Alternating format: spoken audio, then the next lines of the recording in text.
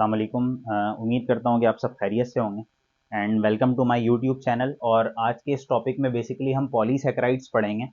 और ये जो टॉपिक है पॉलीसैकेराइड्स का, यहाँ से 4-5 बड़े इंपॉर्टेंट एमसीक्यूज निकलते हैं जो कि आपके एमडी कैट में भी बहुत सपोर्ट करेगा। तो इस लेक्चर को एंड तक देखिएगा, तो इसमें ये है कि आप पॉलीसैकेराइड्स को भी सीख लेंगे और एट द एंड आपको यहाँ से कुछ इंपॉर्टेंट एमसीक्यूज भी मिल जाएंगे जो कि आपको आगे फर्दर सपोर्ट करेगा। तो आइए चले हम स्टार्ट करते हैं। सबसे पहले तो देखें, अगर हम पॉलीसैकेराइड्स की बात करते हैं, पॉलीसैकेराइड्स कार्बोहाइड्रेट की वो फॉर्म है जिसको अगर हम तोड़ते हैं तो ये हमें 10 से ज्यादा, ये बात याद रखिएगा, 10 से ज्यादा मोनोसैकेराइड्स हमें प्रोड्यूस करके देता है। यानी कि पॉलीसैकेराइड्स कार्बोहाइड्रेट की वो फॉर्म है जो हाइड्रोलाइसिस के दौरान आपको 10 से ज्यादा मोनोसैकेराइड्स प्रोड्यूस करके देते हैं। अब यहां पर नाम से भी आप देख सकते हैं, पॉली का मतलब क्या होता है? मैनी, बहुत सारे। तो इट मींस पॉलीसैकेराइड्स को अगर हम हाइड्रोलाइज्ड करते हैं तो वो हाइड्रोलाइसिस के दौरान 10 से ज्यादा मोनोसैकेराइड्स प्रोड्यूस करके देते हैं। अच्छा, अब जो पॉलीसैकेराइड्स होते हैं, अब चूंकि ये साइज में बड़ा एक कॉम्प्लेक्स कार्बोहाइड्रेट है तो इसका मॉलिक्यूलर वेट हाई होता है। तो इट मींस जितने भी पॉलीसैकेराइड्स होते हैं हैविंग हाई मॉलिक्यूलर वेट। अब हमने यही पढ़ा था स्टार्ट में कि कार्बोहाइड्रेट टेस्ट में स्वीट होता है, मीठा होता है। लेकिन कार्बोहाइड्रेट की अगर हम बात करें, हमने 3 क्लासिफिकेशन पढ़ी कि भाई मोनोसैकेराइड्स होते हैं, ओलिगोसैकेराइड्स होता है और पॉलीसैकेराइड्स होते हैं। अब ये बात याद रखिएगा कि जितने भी पॉलीसैकेराइड्स होते हैं ये टेस्ट लेस होते हैं। साइज में बड़े होने की वजह से ये टेस्ट लेस होते हैं और ये स्पैरिंगली सॉल्युबल होते हैं वाटर में।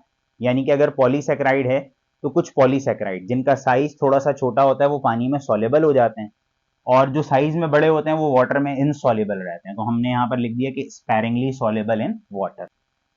अब पॉलीसैकेराइड्स की अगर हम टाइप्स की बात करते हैं तो स्टूडेंट्स ये याद रखिएगा कि पॉलीसैकेराइड्स के 2 टाइप्स होते हैं। एक को हम कहते हैं होमोपॉलीसैकेराइड्स और एक को हम कहते हैं हेटेरोपॉलीसैकेराइड्स। अब जैसा कि आप यहां पर देख सकते हैं कि अगर हम वर्ड को देखें, होमो लिखा हुआ है, तो होमो मीन्स होता है सेम। और अगर हम यहां पर देखते हैं हेटेरो, तो आप जानते हैं कि हेटेरो का मतलब होता है डिफरेंट।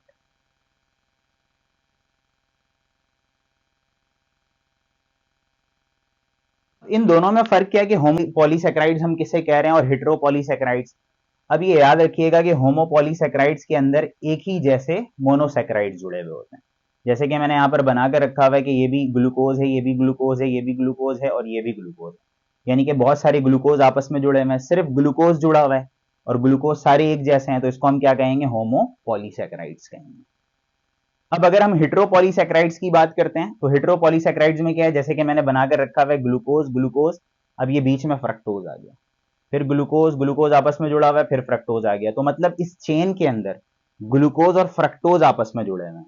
तो अब ग्लूकोज एक अलग चीज है और फ्रक्टोज एक अलग चीज है, तो जब भी हम इसको क्या कहेंगे? हेटेरोपॉलीसैकेराइड्स। तो आई होप कि यहां तक आपको समझ में आ गया होगा कि होमोपॉलीसैकेराइड्स के अंदर एक जैसे मोनोसैकेराइड्स होते हैं और हेटेरोपॉलीसैकेराइड्स के अंदर डिफरेंट तरह के मोनोसैकेराइड्स होते हैं।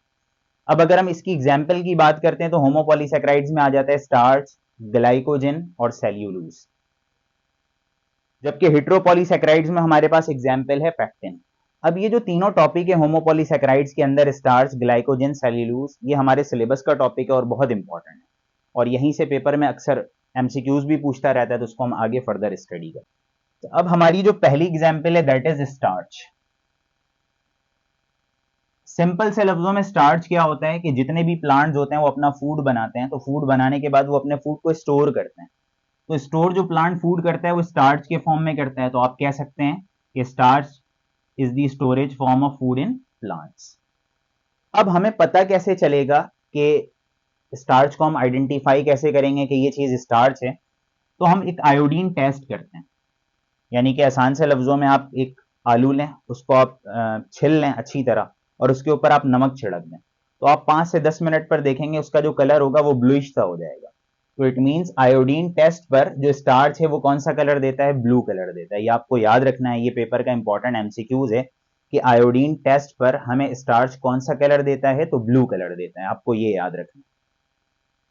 अब अगर हम तीसरी इंपॉर्टेंट बात करते हैं तो स्टार्च जो है एक पॉलीमर है। पॉलीमर का मतलब स्टार्च खुद ग्लूकोज से मिलकर बना हुआ है, बहुत सारे ग्लूकोज आपस में जुड़ते हैं तो क्या बन जाता है, स्टार्च बन जाता है।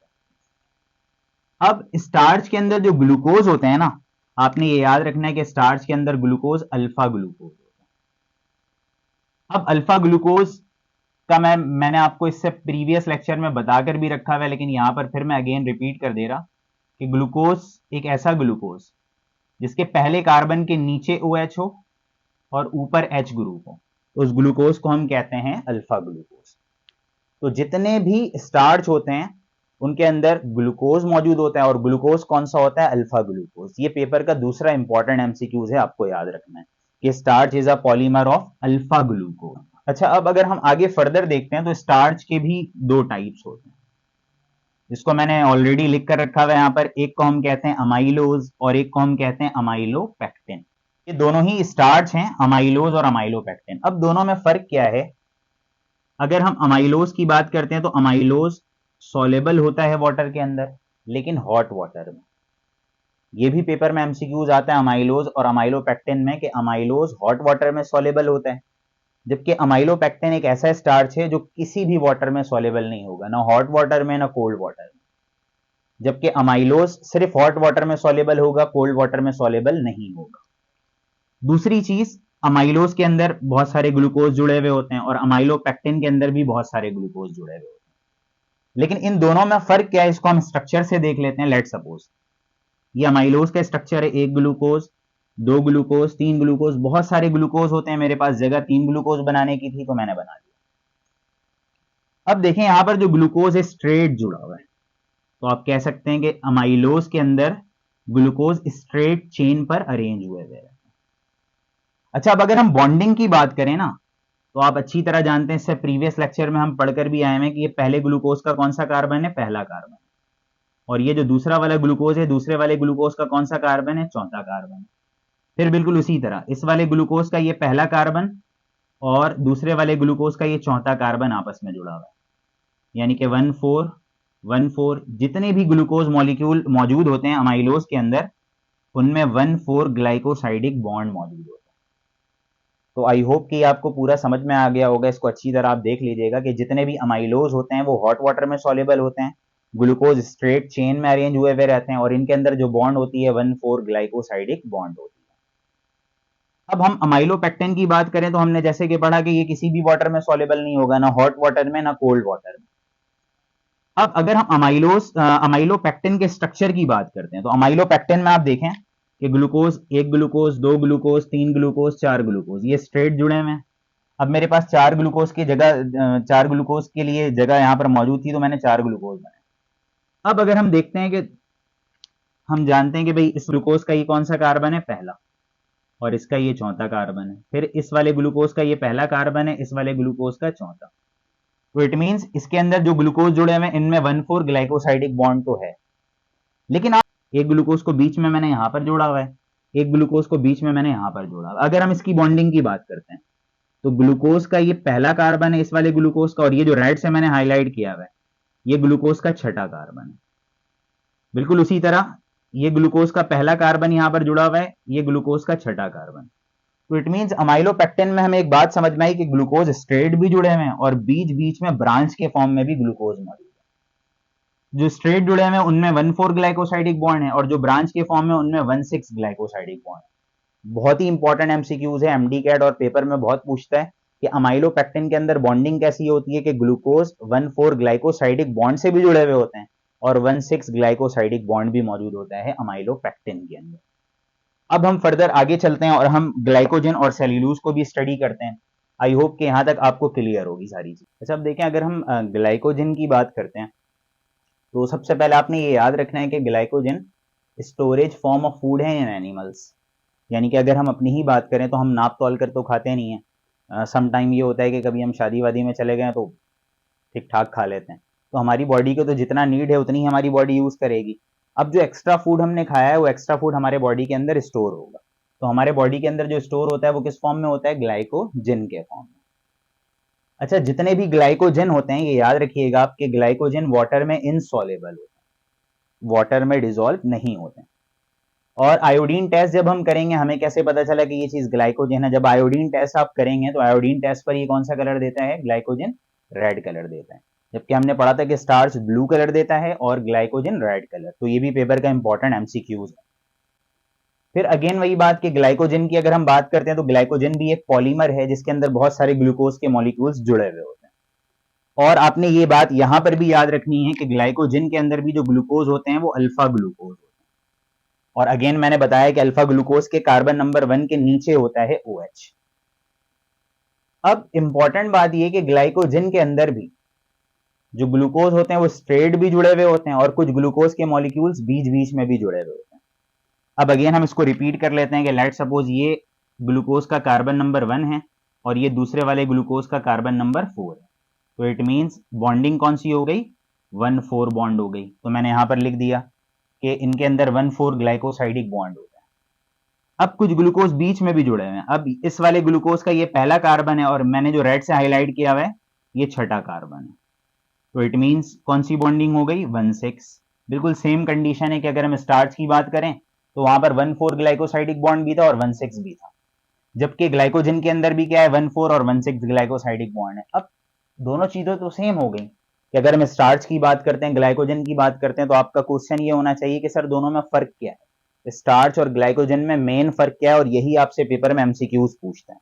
अब जो सबसे इंपॉर्टेंट डिफरेंस जो मैं बताने वाला हूं आपको कि ग्लाइकोजन और स्टार्च में मेन फर्क क्या है, और ये पेपर के एमडी कैट में एमसीक्यूज भी आता है। ये याद रखिएगा कि ग्लाइकोजन के अंदर जो ब्रांच है ना बहुत ज्यादा होता है, यानी कि हाईली ब्रांच स्ट्रक्चर है। जबकि अगर हम स्टार्च की बात करते हैं, स्टार्च में जो अमाइलोपेक्टिन है, अमाइलोपेक्टिन के अंदर क्या है? 1,4,1,6 ग्लाइकोसाइडिक बॉन्ड तो है, लेकिन ये सिर्फ ब्रांच है।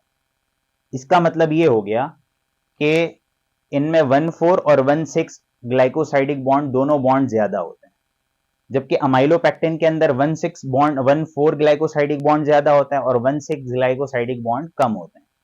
यानी कि उसमें कहीं कहीं बीच बीच में ब्रांच मौजूद होता है, इनमें ब्रांचेस बहुत ज्यादा होते हैं। तो मैंने लिख दिया हाईली ब्रांच स्ट्रक्चर होता है ग्लाइकोजन। अब हम लास्ट में सेल्यूलोज को भी देख लेते हैं। अब देखें पॉलीसेकेराइड्स में जो लास्ट वन है ना हमारे पास, वो है बेसिकली सेल्यूलोज। अब ये याद रखिएगा कि सेल्यूलोज आमतौर पर प्लांट के सेल वॉल के अंदर मौजूद होता है। तो अगर हम जैसे मिसाल के तौर पर कोई डाइट ले रहे हैं, यानी कि प्लांट सोर्स के हम फूड को यूज कर रहे हैं, रोटी चावल खा रहे हैं, तो इट मींस उसके अंदर सेल्यूलोज मौजूद होगा। अब सेल्यूलोज जो है ना आयोडीन टेस्ट पर हमें कोई भी कलर नहीं देता, ये बात याद रखिएगा। 3 इंपॉर्टेंट एमसीक्यूज आपके पास आ गए। स्टार्च हमें ब्लू कलर देता है, ग्लाइकोजन हमें रेड कलर देता है, जबकि सेल्यूलोज कोई भी कलर नहीं देता। अब सेकंड इंपॉर्टेंट बात, सेल्यूलोज के अंदर ग्लूकोज मौजूद होता है, लेकिन ये बात याद रखिएगा कि ग्लूकोज होता है बीटा ग्लूकोज। तो आपने ये बात याद रखनी है कि सेल्यूलोज के अंदर बीटा ग्लूकोज होता है, जबकि स्टार्च और ग्लाइकोजन के अंदर अल्फा ग्लूकोज होता है। अगेन मैंने यहां पर मेंशन किया हुआ है, बीटा ग्लूकोज का मतलब कार्बन नंबर 1 के ऊपर OH होगा और नीचे H होगा। जितने भी सेल्यूलोज होते हैं वो इनसॉल्युबल होते हैं वाटर में, पानी में डिजोल्व नहीं होते हैं। सेल्यूलोज की जो प्योर एग्जाम्पल है ना वो कॉटन है, यानी कि हम जो कॉटन के कपड़े पहनते हैं, आप उसको पानी के अंदर डिजोल्व करें कभी नहीं होता डिजोल्व, तो जब सेल्यूलोज वाटर के अंदर इनसॉल्युबल है। अब नेक्स्ट इंपॉर्टेंट एमसीक्यूज, इस दुनिया में जो सबसे ज्यादा कार्बोहाइड्रेट पाया जाता है वो सेल्यूलोज के फॉर्म में पाया जाता है। ये पेपर का इंपॉर्टेंट एमसीक्यूज है, आपसे पूछ लेता है कि कार्बोहाइड्रेट यानी कि cellulose dash is the most abundant form of carbohydrate, तो वो क्या है? सेल्यूलोज। यानी कि सेल्यूलोज कार्बोहाइड्रेट की वो फॉर्म है जो सबसे ज्यादा मौजूद है नेचर में। ये पेपर का इंपॉर्टेंट एमसीक्यूज है। अच्छा, इनमें भी क्या होता है कि ग्लूकोज स्ट्रेट चेन में जुड़े हुए होते हैं, और स्ट्रेट चेन का मतलब आप जानते हैं कि पहले ग्लूकोज का, लेट सपोज ये पहला कार्बन है, तो दूसरे ग्लूकोज का ये कौन सा कार्बन है? चौथा कार्बन। ये पहला कार्बन है इस ग्लूकोज का, इस वाले ग्लूकोज का ये चौथा कार्बन। तो इट मींस इनके अंदर 1,4 ग्लाइकोसाइडिक ही बॉन्ड होती है। तो उम्मीद करता हूं कि ये पूरा लेक्चर आपको समझ में आया होगा, और इस लेक्चर में, पूरे इस लेक्चर के अंदर बहुत सारे इंपॉर्टेंट एमसीक्यूज हैं, जिसको अगर आप याद रखेंगे तो आपके एमडी कैट में भी सपोर्ट मिलेगी आपको और इंटर के पेपर में भी। तो नेक्स्ट लेक्चर तक के लिए इजाजत दें, अपना बहुत ख्याल रखिएगा, फिर मुलाकात होगी। अल्लाह हाफ़िज़।